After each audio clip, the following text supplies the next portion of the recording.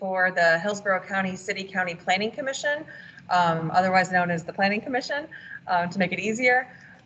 We are here tonight to go through or to talk about the second community meeting for the commercial locational criteria study. This effort is part of our larger effort updating the comprehensive plan for unincorporated Hillsborough County.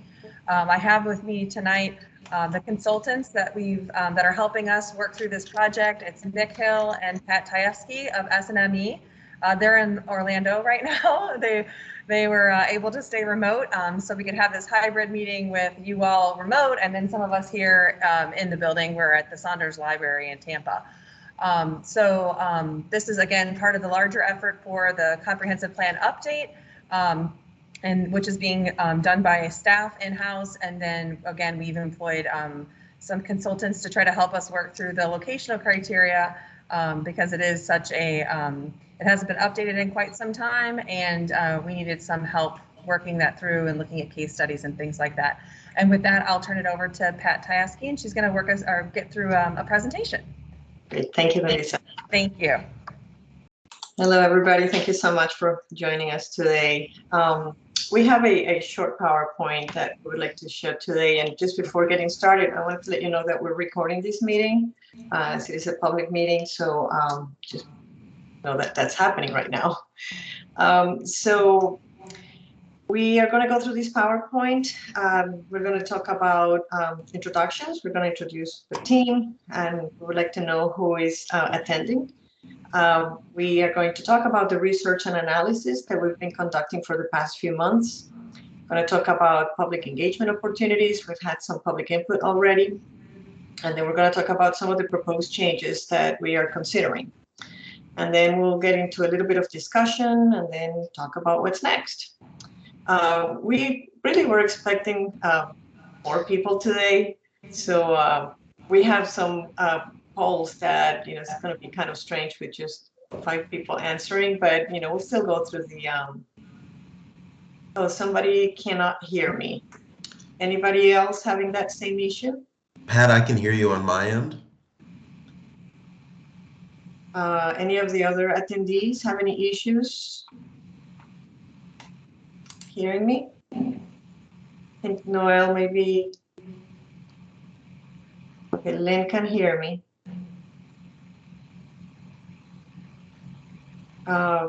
Noel, you may want to try either putting on headphones, earbuds, or something to that effect. That sometimes helps. That's another reason why we wanted to record this, to make sure that there's a record there for later.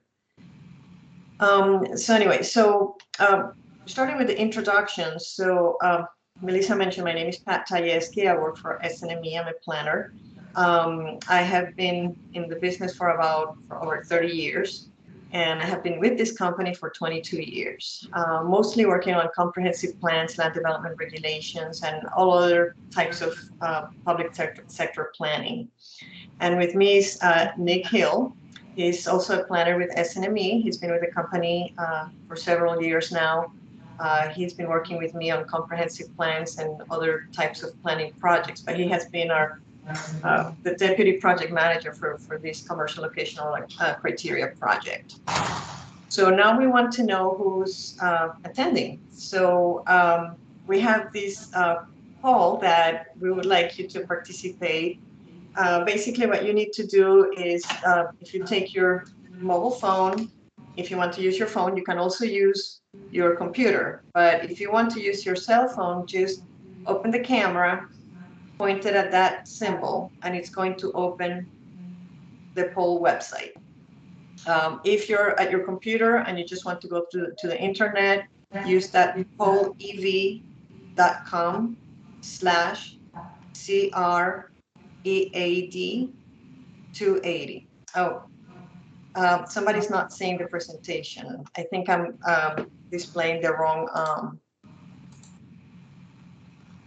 Let me just fix that. For some reason, it's showing the wrong thing.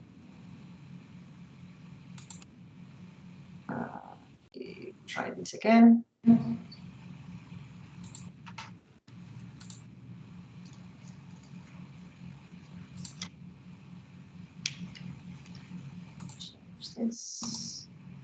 Okay, can you see the presentation now? We Yes, can, we can. yes. Pat. Okay, sorry about that. Too many screens in front of me. Let me get this straight. Okay, so that was the agenda that I went through. This was the introduction slide. And now we have the instructions for the polling. So again, you can either scan that symbol using the camera, or you can type that address on your computer. And it's going to ask you for your name. You can either write your name, your pet's name, or make up a name. It doesn't matter. It's not going to show up on the slides. It's not going to go anywhere. It's just a requirement of the website. So I'm going to wait just a couple of minutes for everyone to be ready, everyone to have that poll, and it will help us know where people come from, where they live in general terms. So we would appreciate if you all participate. Okay, so the first two questions come up in a minute.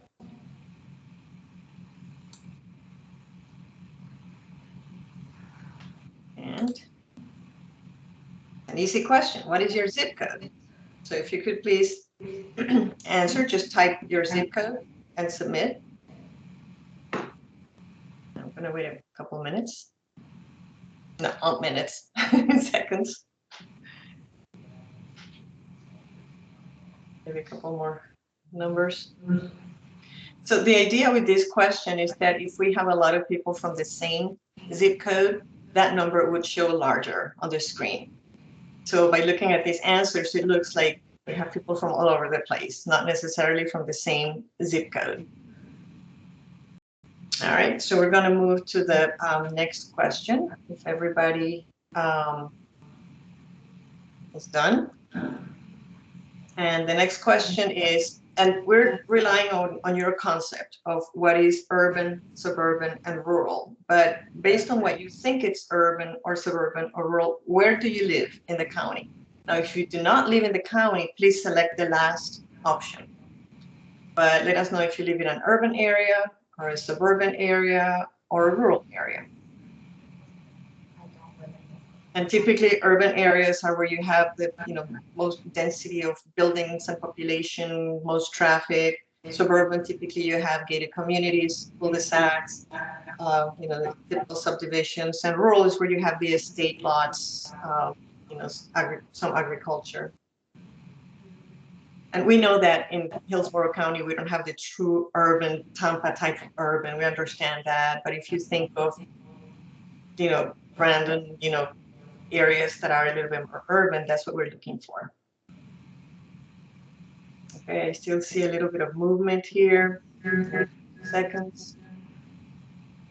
All right, so it looks like half of the people here today do not live in Hillsborough County. And if you live in the suburban area, and maybe you want to live in the urban area. All right, so we're going to go back to the PowerPoint. So let's talk about the commercial locational criteria. I'm pretty sure some of you are already familiar with this, but just so that we're all on the same page, we'll do a review. So basically, the idea of the commercial locational criteria was to allow residents to meet their daily needs within a reasonable distance from their homes. And now those commercial activities are supposed to be integrated into the neighborhood. So they're not supposed to stick out, like a big shopping center or anything like that. Now, what is so special about this program? Well, it has been in the books for many, many years. It's not something new to the county.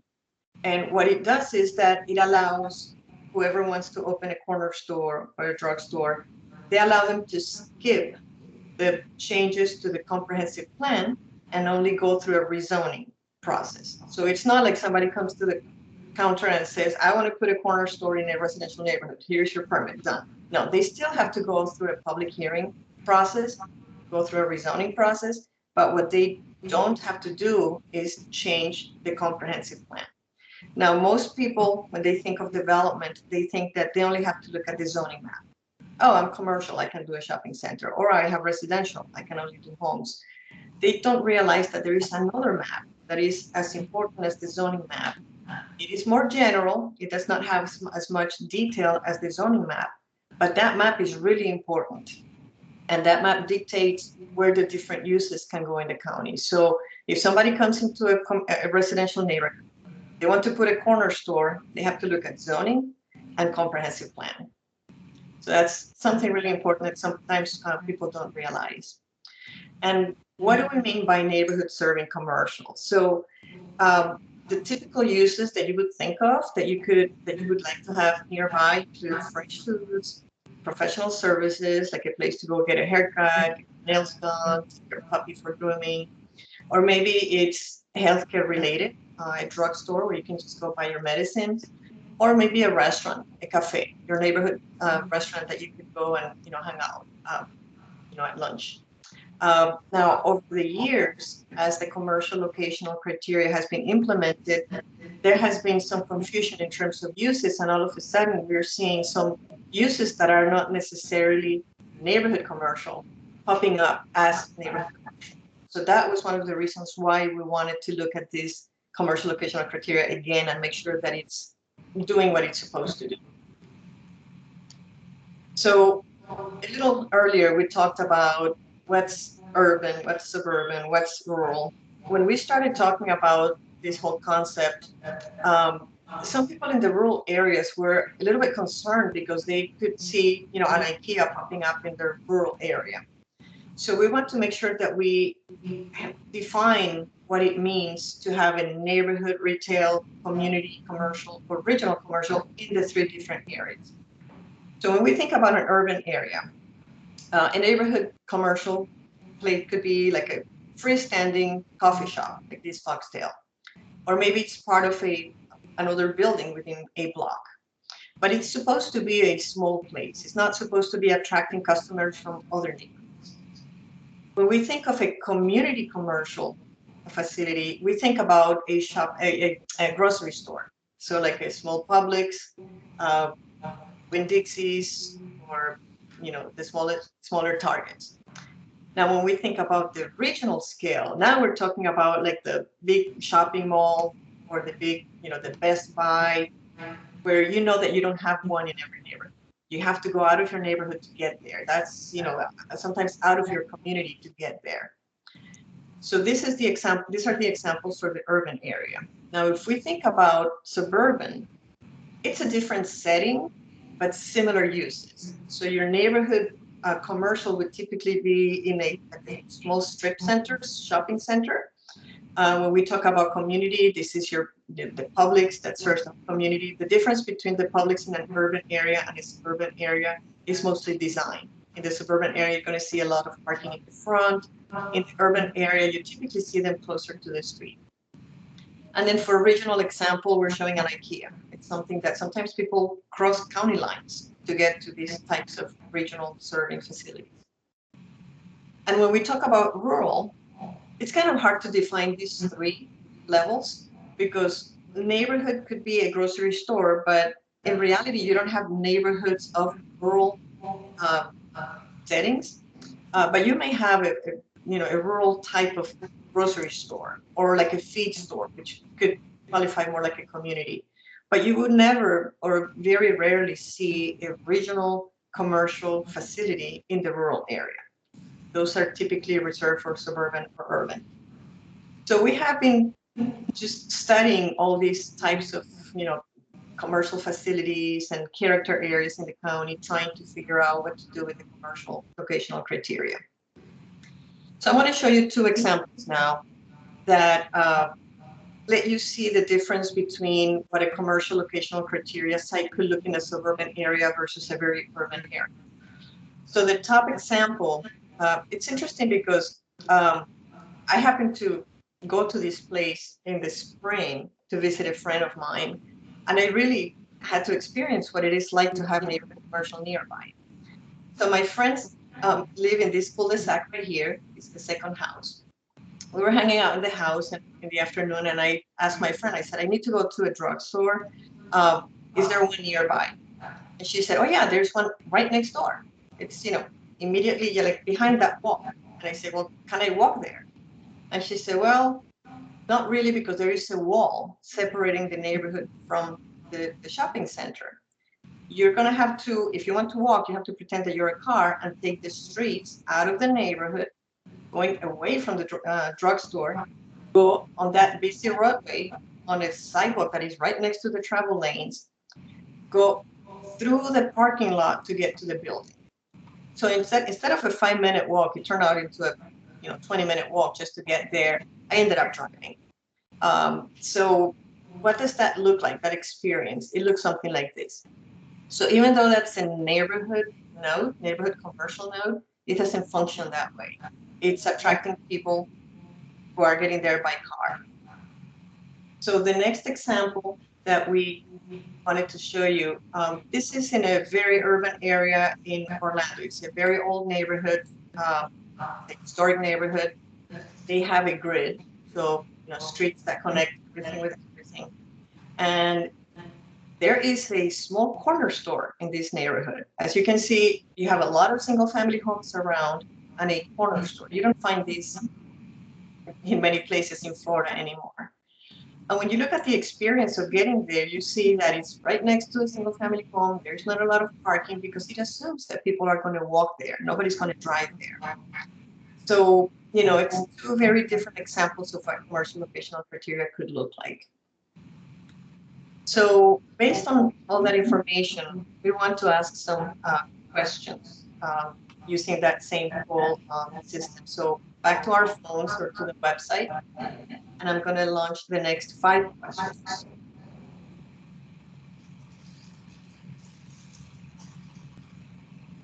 Okay, so I mentioned to you the process that somebody would have to go through to get a neighborhood commercial use in a residential district. Were you aware that you could just apply for rezoning and do this without having to change the future land use map? Or maybe you didn't know that that could happen, or maybe you're still not sure of what that means, the 2 layers of zoning and future land use. And this is just to give us an idea of, the people that are attending our meetings, to know how knowledgeable they are of this situation. And it looks like a lot of the people in attendance already knew about this. Okay, if we're ready, we're going to go to the next question. Now, for the next few questions, don't answer yet. Wait until I tell you the purpose of those questions. So we talked about urban, suburban, rural. If you said that you live in an urban area, please answer yes or no. If you said that you live in a suburban or rural area, then you're going to go with the last choice, which is I do not live in an urban area or in Hillsborough County. So only if you live in an urban area. The question is, would you like to be able to safely walk or bike to a nearby store for groceries, personal services, medicines, or to eat at a small restaurant? That's if you live in an urban area. And I don't know if we have any people who live in an urban area that answered this question. And we're going to ask the same question to those who said that they live in a suburban or a rural area. So those are the next 2 questions. All right, so it looks like those who live in an urban area would like to walk. Now let's talk about those who live in the suburban area. Same question. If you live in a suburban area, would you like to walk or bike to those places? And if you don't live in a suburban area or in Hillsborough County, then you select the last option.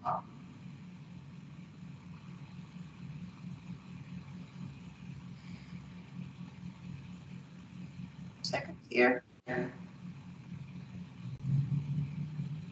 Okay, all right. Are we ready for the next question, which is for those who live in the rural area? So if there's anybody here who lives in a rural area, would you want to walk or bike? Oh, what happened there?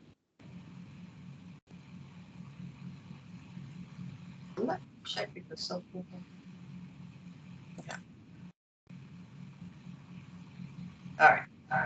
So if you're in the rural area, would you want to have that option of walking or biking to a nearby store? And understanding that it would not be as close distance-wise, but maybe bicycle would be an option.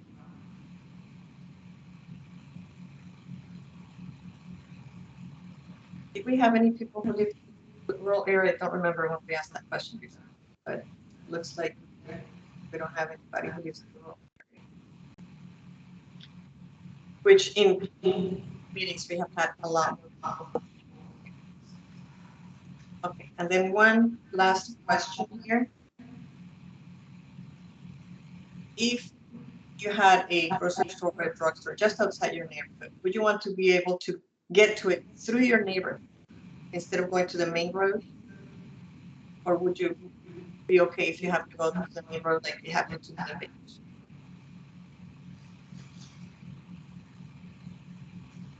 It's kind of hard to see me if everybody's answering yes, but I'm going to wait a second.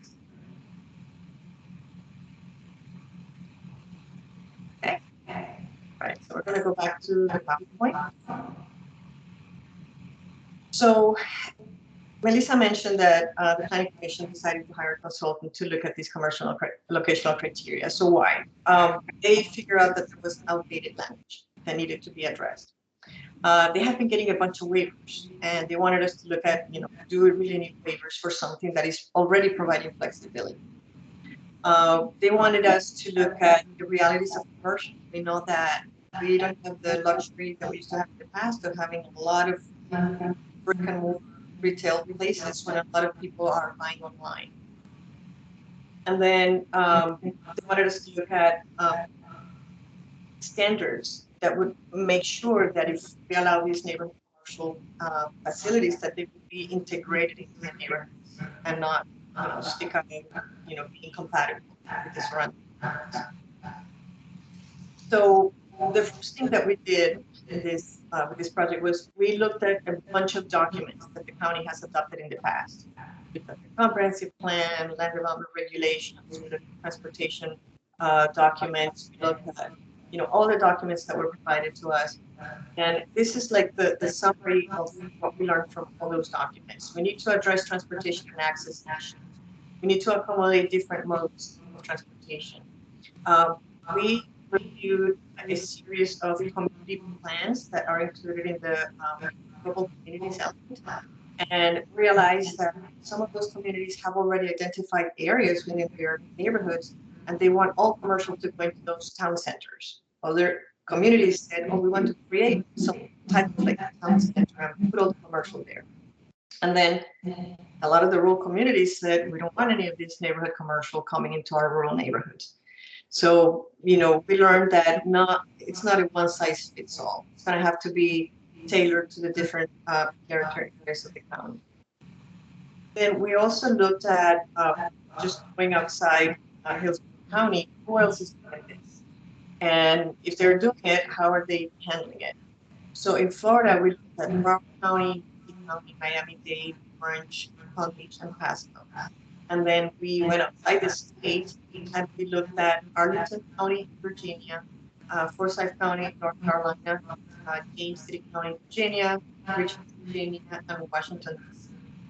And basically the bottom line was that we didn't find a lot of communities doing this, just a handful of them. And when they have a similar program, they, just like Hillsborough County, they will require the rezoning. And then they have standards to ensure compatibility, like buffering and locational requirements. And a lot of them have like the major principles in the comprehensive plan, but all the standards for compatibility are in the land development. Let's talk about public engagement. So we have been working on this for a few months now, and this is actually the second community meeting. So in the past few months, we have a lot of meetings and also created a project website. So the project website, this is the address for it. If you go there, you're going to find background documents, the draft criteria, We have a community idea wall, which is a place where you can go in and enter individual comments, and you can have conversations with other participants. That you may go in and say, I don't think we should have a neighborhood commercial in the rural area. Somebody may reply to that comment. You can like comments, dislike comments. And then we also have a survey. We have it in both English and Spanish, and you can still go in and take the survey up until next Friday. That's when we're going to close the survey and the community idea wall. So we have much one more week to do that. I mentioned a few meetings that we've had in the past. We had one briefing with the Planning Commission. We had one community meeting before, and this is the second one. We had 3 sessions with stakeholders that Planning Commission staff selected, and we have had 7 commissioner briefings.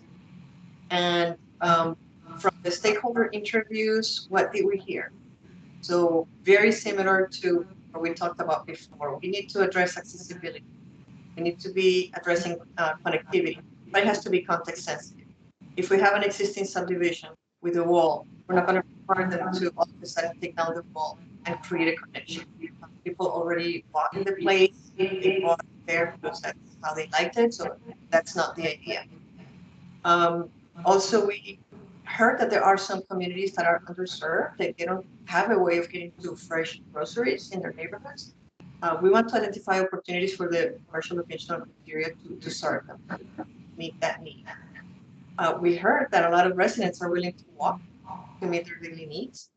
And we still want to empower the communities to determine, what's appropriate in their neighborhood. So the rezonings still allow for community input for each individual piece. From the workshops, we heard that people feel very strong about their community and, any rezoning that is considered, they're going to have to make sure community plans are considered. Residents, this one repeats the previous one, that sometimes they do not have a way of meeting their needs within a reasonable distance. People like to walk. The connections to the neighborhoods could be in different modes. It could be via driveways, trails, sidewalks. Again, it's not a one-size-fits-all. There are different ways of connecting. And whenever we talk about compatibility, most people still want to be buffered. I mean, it's nice to be able to walk to a corner store, but you don't want to have, at 7 in the morning, the recycling truck coming in and emptying a bunch of bottles and waking you up. So there are needs to create buffers and setbacks and design requirements. So what are we proposing to change? So we are going to have a series of drafts. We're going to have 4 iterations, and we just prepared the first. So this is just what the consultant came up with. Staff has not provided any input yet, so it's like thrown out there for conversation purposes. So number 1, we're talking about limiting the uses that are going to be eligible for this commercial locational criteria, because I mentioned before that the way it's set up, it is set up right now, it has not been black and white, which uses could be considered neighborhood commercial. That needs to be clear from the start.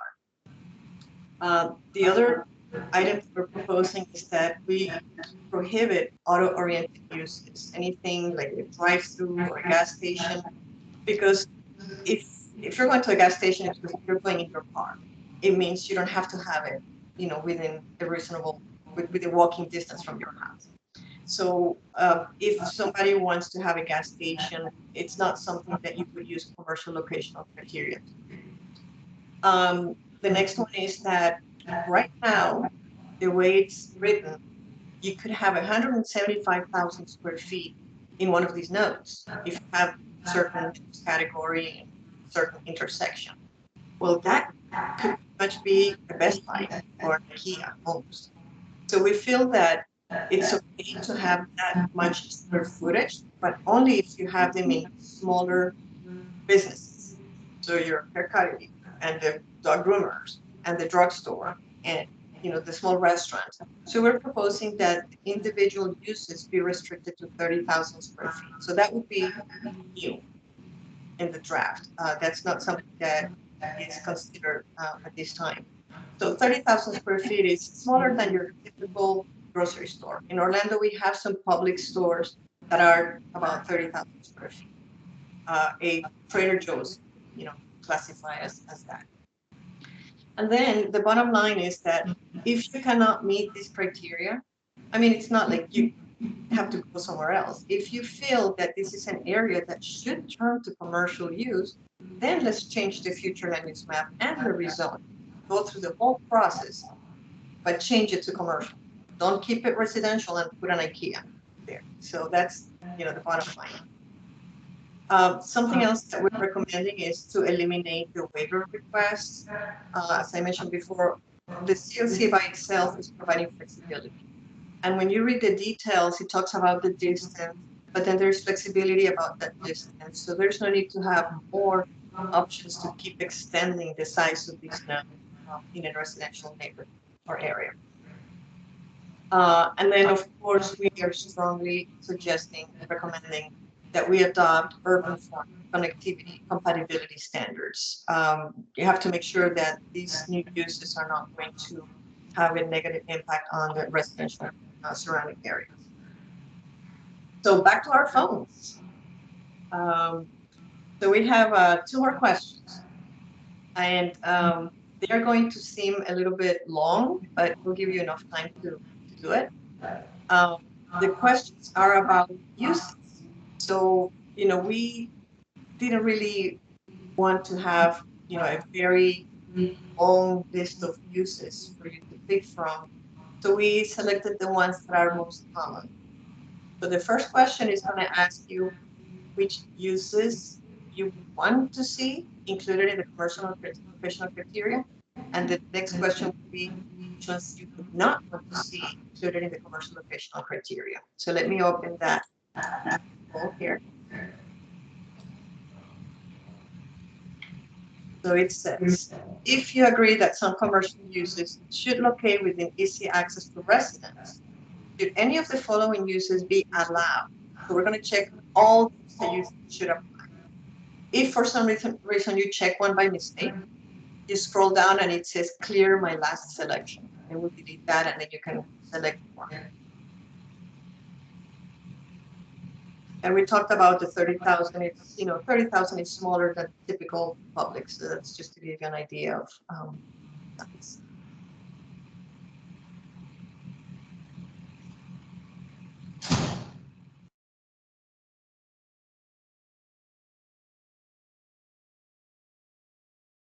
And I understand that we have new people that came into the virtual part.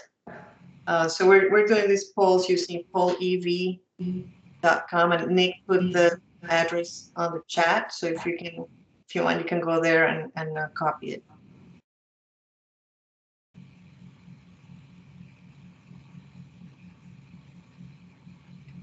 Wait a few more seconds in case somebody else is still going through the list of uses, because I understand it's pretty lengthy, but we wanted to cover as many as we could within the limited space that we have here.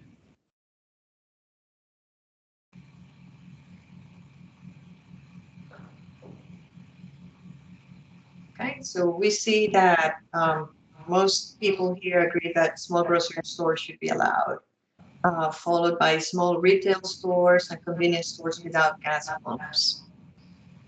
Let me see, some people want drugstores, restaurants. Oh, sorry, offices was the 19%, not convenience stores. Okay, so for the next one, we're going to have the opportunity to mark those that we would not want to see included in the commercial locational criteria. So if everybody's ready, I'm going to go to the next one.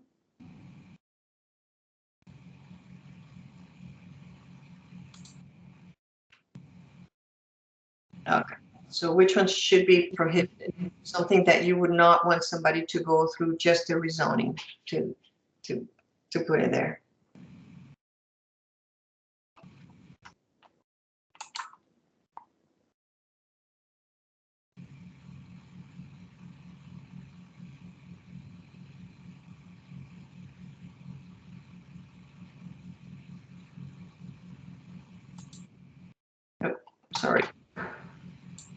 There it is.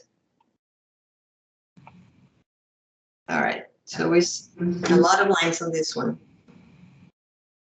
The worst offenders, large retail stores, liquor stores, personal storage. It's changing.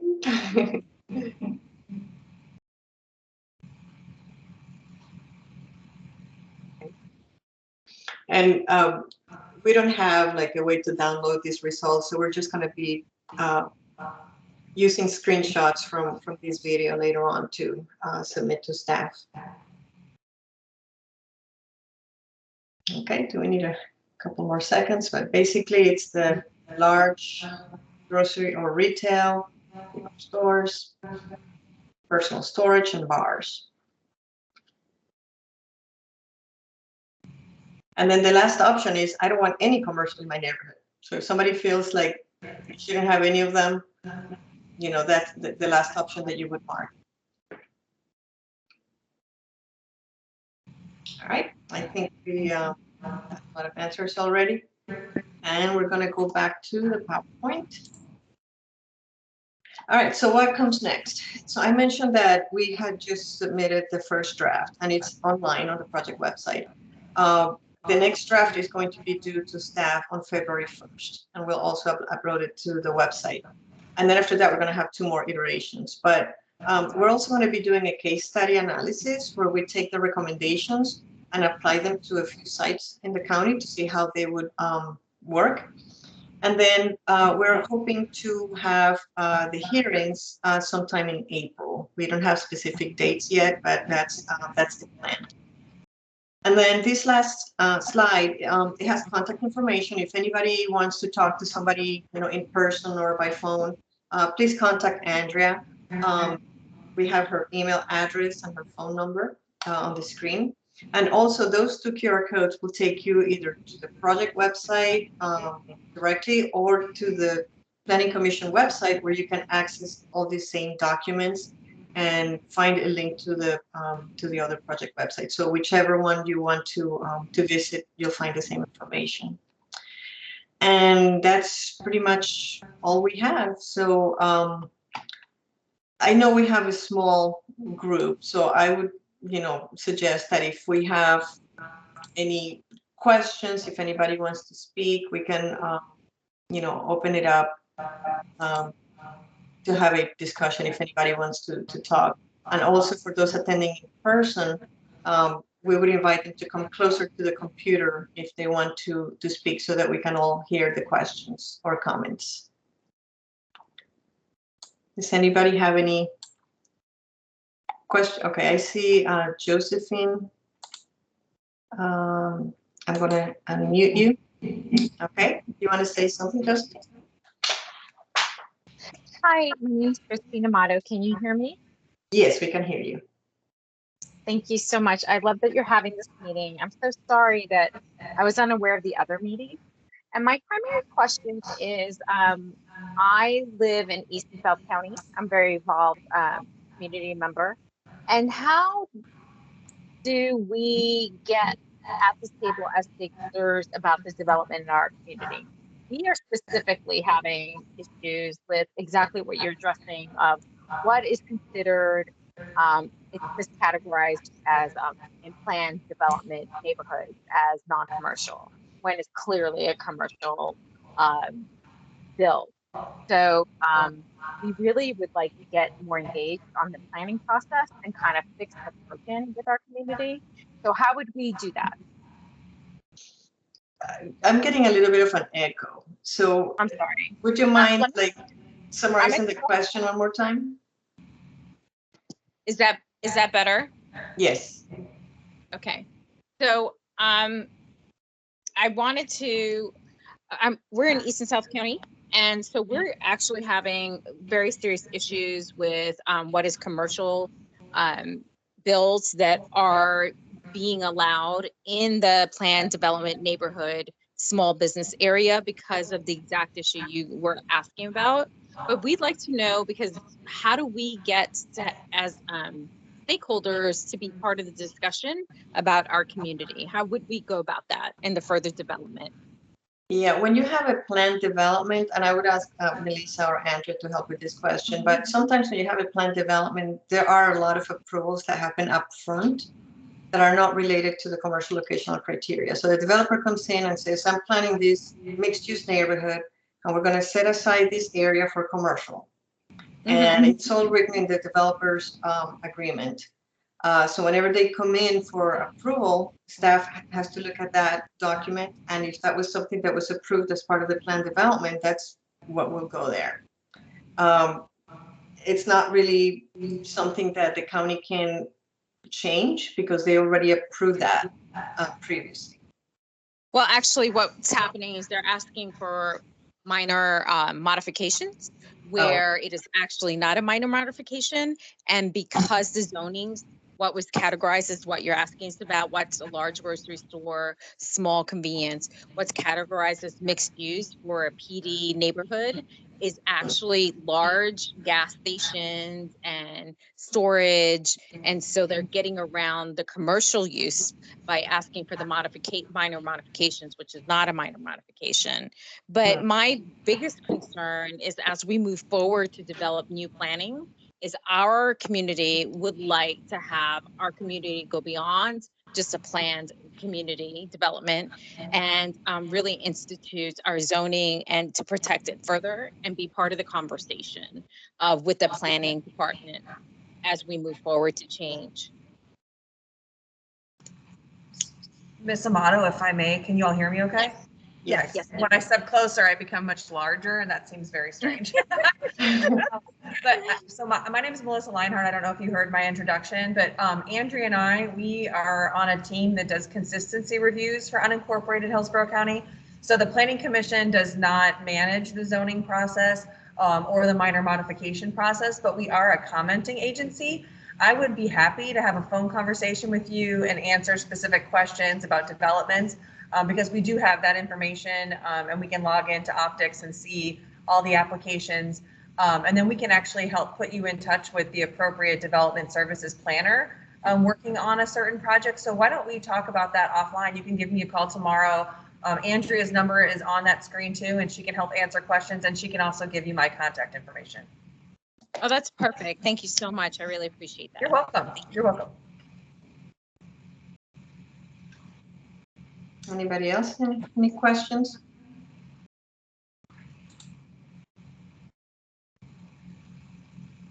Nobody? Quiet group.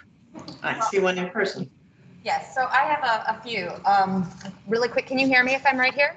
Yes. Perfect. Okay. So I just wanted to first of all ask a little bit about because you showed how you tried to get people to participate in this process, but I'm wondering, just judging by what's on the website, including the wall and the number of people that are here or online tonight, I'm just wondering what kind of the next step is, because it doesn't seem in what was just presented that there's any other opportunity really for there to be like a review of the official plan, which you said is not due until February 1st by staff. So what is planned between February 1st and the presentation at the, to the BOCC of the, final report or findings of the study? Yes, for our scope, we only included 2 community meetings, but staff are going to be working on, helping the community understand and get engaged. Again, Melissa and Andrea have tried really, really hard, putting signs everywhere, advertising it, inviting people for the community. For the first community meeting, I think it was like 800 emails went out, and we had about 10 people show up. It's become really hard to get people out to attend these meetings, and even offering it virtual. Sometimes, we don't know how else to get people out. And sometimes it's the topic. If I can make a suggestion, I think what we really know when we look at best practices around these kind of plans, and it is a study, is not to ask people to come somewhere, but it is actually to go to the community. And so when I look at the methodology that you've used, yes, you have some methods here of trying to engage people online with being able to post their ideas, but even there's not much, because it requires some of the people who are most impacted by the things that we're talking about with this study.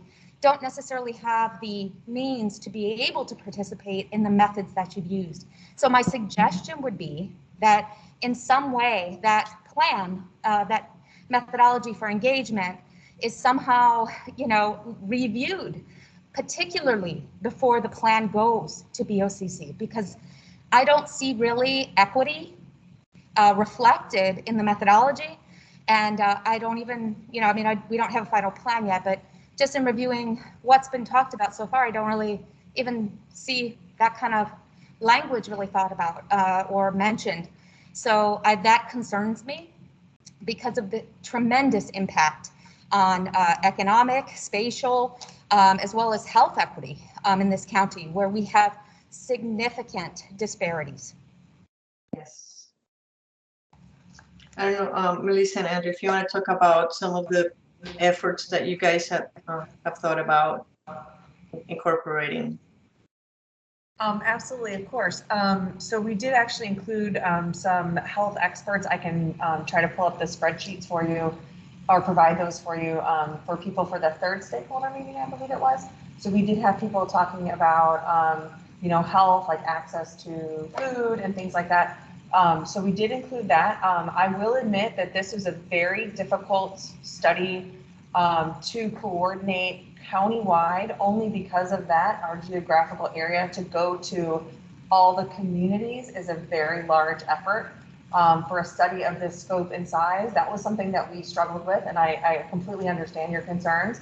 I would like to make myself available and Andrea available. If you have any questions moving forward, you have comments on the draft, if you have any specific ideas of where to meet, organizations that we should meet with, we'd be happy to hear that, because that's the kind of stuff that, we don't necessarily know if we're not in the community.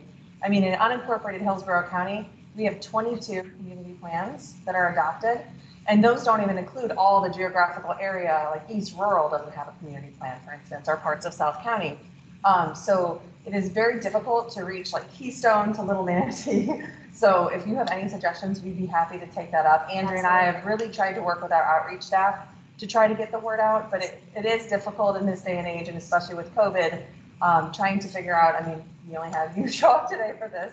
So what will happen between the time of February 1st and the presentation to BOCC? What will happen in that time of being able to get feedback on that plan that will be presented and potentially act on? Well, we plan on posting the drafts on the website.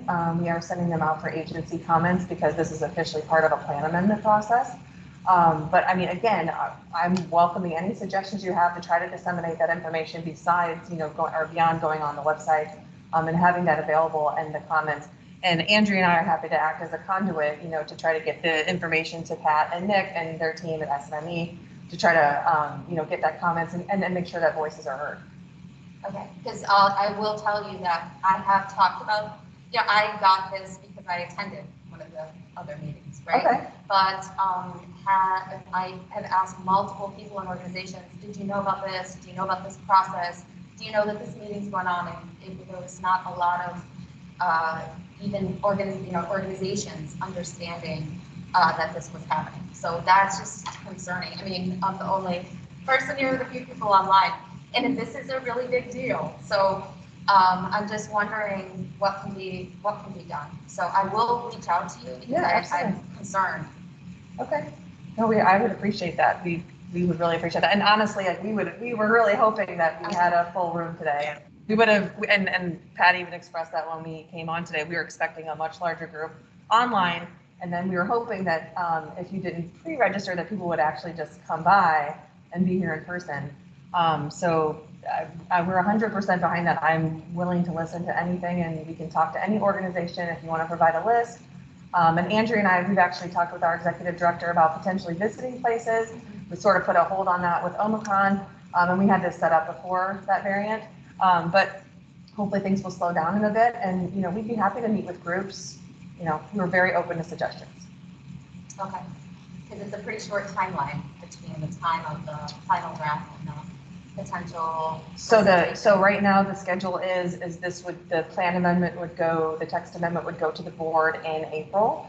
And we always have the option to, continue that, provide a little bit of buffer and try to, increase our outreach, per your suggestion. But again, I think we exhausted all the avenues that we knew, and all the organizations that we typically reach out to. We haven't updated this since pre-2008, so it's not like we have a list gathered or we can just refer to that, or other internal efforts that we have that are more regular. Like the TPO does the LRTP, every 5 years. So they have contacts for that, and they have a different procedure. So this one, I feel like we were sort of reinventing the wheel a little bit. So any help would be welcome. Yes, thank you. Okay. Anybody else? Any comments, questions, suggestions? Pat, if I was someone that wanted to see past presentations because I wasn't able to present or I wasn't able to attend those events, where would I go? How would I learn more about that? Okay, so when you go to the project website, and I'm just going to go there now so we can show people where to go. I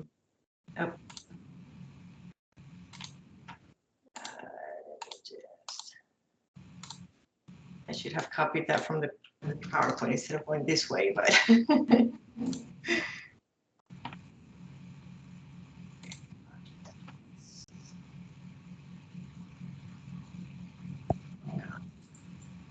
okay, so this is what the project website looks like right now. So when you go in, it talks about, what we're trying to do, purpose of the study. It talks about, so this was, for today's meeting, so this will be gone tomorrow. But then you can come here to the community idea wall, and that's when you click there, you're going to see how people have been adding comments here. So the colors indicate the topic, whether it's talking about uses, compatibility, transportation, site design standards, or building design. And, for each comment, if you want to comment on someone's comment, you start a discussion, you like or dislike. Or you could take the survey. Like I mentioned, that ends next Friday, English or Spanish. And then here we have a whole section on presentation and meeting summaries. So here's PDFs of notes for the different meetings that we have held, and the contact information. And we should be able to, or tomorrow we'll have a section that says draft 1, where people will be able to download the draft to review it. So so that's, where people would go to provide the comments. And let me see if I can get the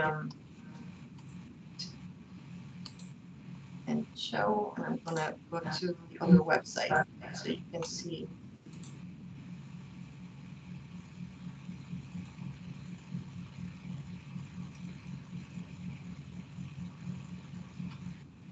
So I'm going to the Planning Commission's website. So it looks similar.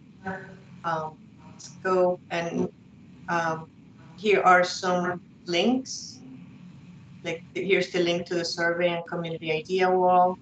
This is the recording from the Planning Commission briefing. There is the recording from the first community meeting, and we will have the recording from this meeting both on the website if anybody missed the beginning or would like to see it again. And draft language, this is where you would find that first draft. You can download it from here, and it shows the language the way it would look like if we changed it the way we have proposed. So those are the venues that have used public input that we're going to be using for the next few months, weeks and months.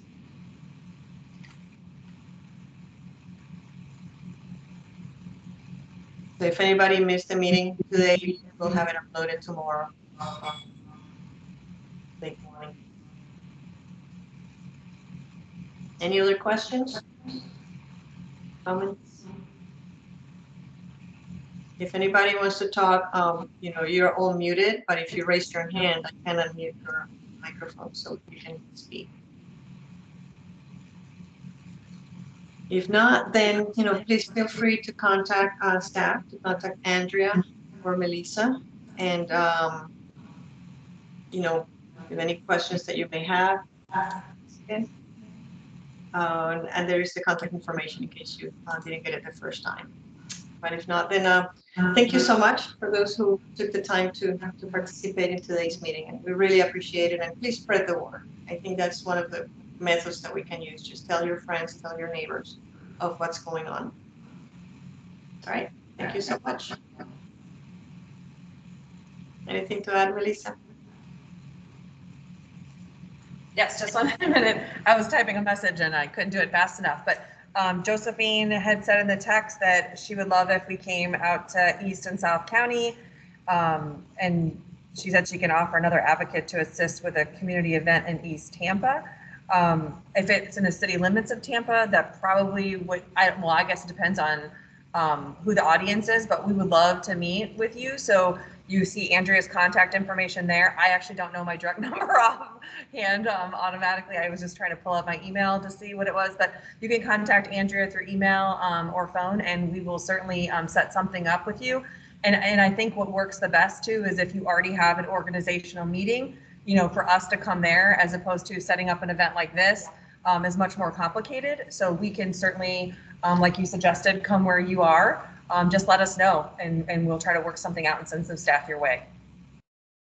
Thank you so much. Yes, I know of a very active advocate in the Black community in Tampa, and it may be in city limits, but some county roads go through their community, and so some of the planning is impacted.